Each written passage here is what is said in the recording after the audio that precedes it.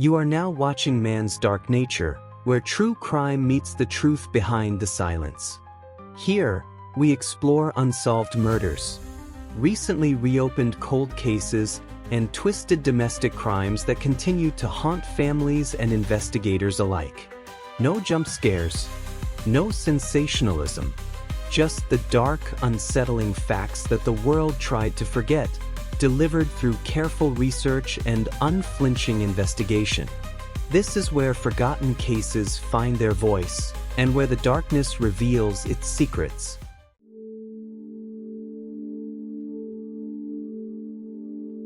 Woodward, Oklahoma, a small community haunted by a 2-decade-old question. In 2002, a 6-year-old boy named Logan Tucker disappeared. His mother was convicted of his murder, but justice brought no peace, because the one person who knows where he is remains silent. For over 20 years, a family has waited for a burial they can't have, and a community has searched for a child they can't find. So what really happened in that house in June 2002? And where is Logan Tucker? Logan Lynn Tucker was a 6-year-old boy with blonde hair and blue eyes, born on April 10, 1996. By the spring of 2002, his life, and that of his 4-year-old brother Justin, was chaotic.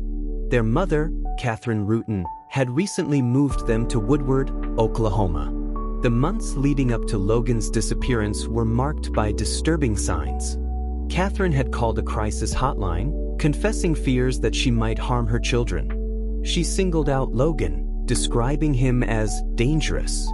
This cry for help led to the Department of Human Services briefly taking custody of the boys, only to return them days later. By June, the family was living with a roommate, and it was from this home that Logan would vanish, leaving behind a silence that would soon turn into a roar of unanswered questions.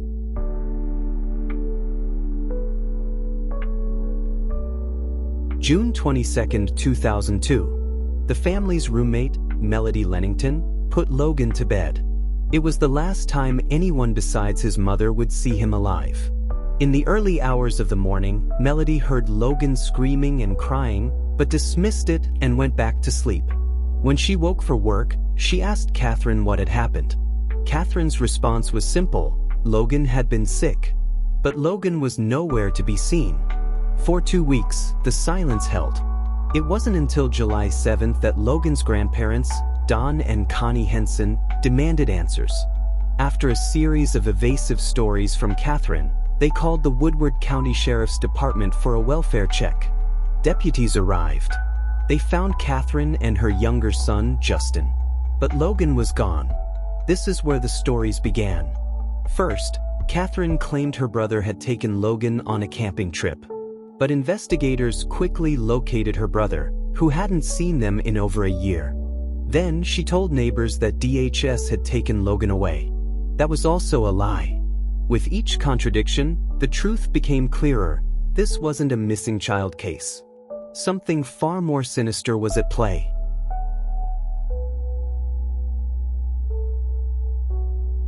Investigators turned their attention to the house. What they found in the basement painted a grim picture. There were blood stains, later forensically linked to Logan. There was rope, drain cleaner, plastic sheeting, and a piece of duct tape with hair stuck to it. Katherine had borrowed the plastic sheeting from a boyfriend, claiming she was going to plant flowers. No flowers were ever planted. But the most damning evidence came not from the basement, but from Logan's 4-year-old brother, Justin. In an interview with the FBI, the little boy described a terrifying car ride into the country. He said Logan was in the back seat with him, pale and unmoving. He remembered his mother carrying a shovel and plastic. When Justin asked what the plastic was for, her alleged reply was chilling: to bury Logan. Justin's account continued. He said his mother stopped the car, crossed a fence, and walked into a field carrying Logan, telling Justin to stay behind because of snakes. When she returned to the car, she was alone. When he asked where Logan was, she told him his brother went to where the bad boys go, and that if Justin ever misbehaved, he would end up in the same place. This horrifying testimony shifted the entire investigation. The search for Logan Tucker became a search for his grave.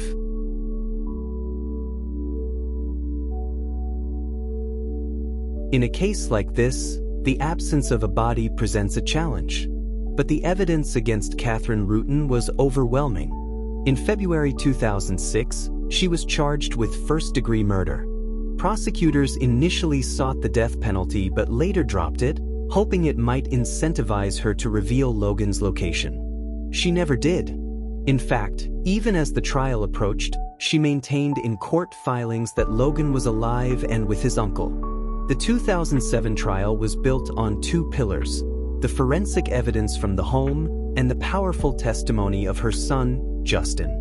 The prosecution argued Katherine was a mother who felt burdened by her son and took the most horrific step imaginable to be free of that burden. The defense had little to offer in the face of Katherine's own contradictory stories. The jury deliberated for less than 2 hours. The verdict: guilty of first-degree murder. The sentence: life in prison without the possibility of parole. Legally, justice had been served. But for Logan's family and the community, the verdict felt hollow. It answered the question of who, but not the one that truly mattered.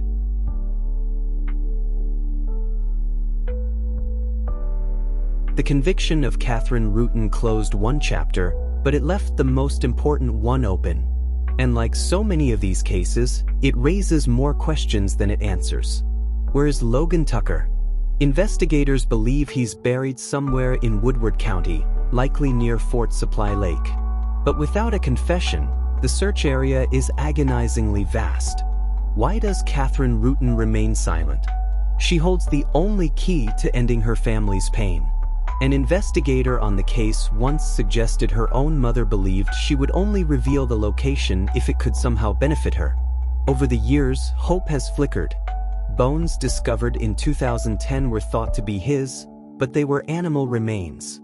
Each tip leads to the same dead end. For his family, the pain is immeasurable. How do you mourn a grandson without a grave to visit?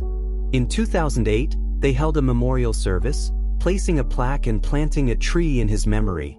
A small, tangible piece of peace in a story that has none.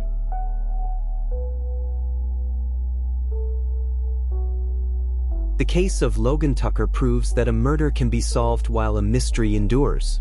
A killer is behind bars, but a little boy has never been brought home. His story is a chilling reminder of the deep, unending grief that follows when there is no final goodbye. The investigation into his final resting place remains open, a testament to a community that refuses to forget him. They still hold out hope that one day, Katherine Rutan will break her silence, or that someone, somewhere, holds the missing piece of the puzzle. They hope to finally give Logan the proper burial he was so cruelly denied. Anyone with information regarding the location of Logan Tucker's remains is encouraged to contact the Woodward County Sheriff's Office at 580-256-3264. The darkness reveals its secrets slowly. But for Logan Tucker, more than 20 years of darkness is enough.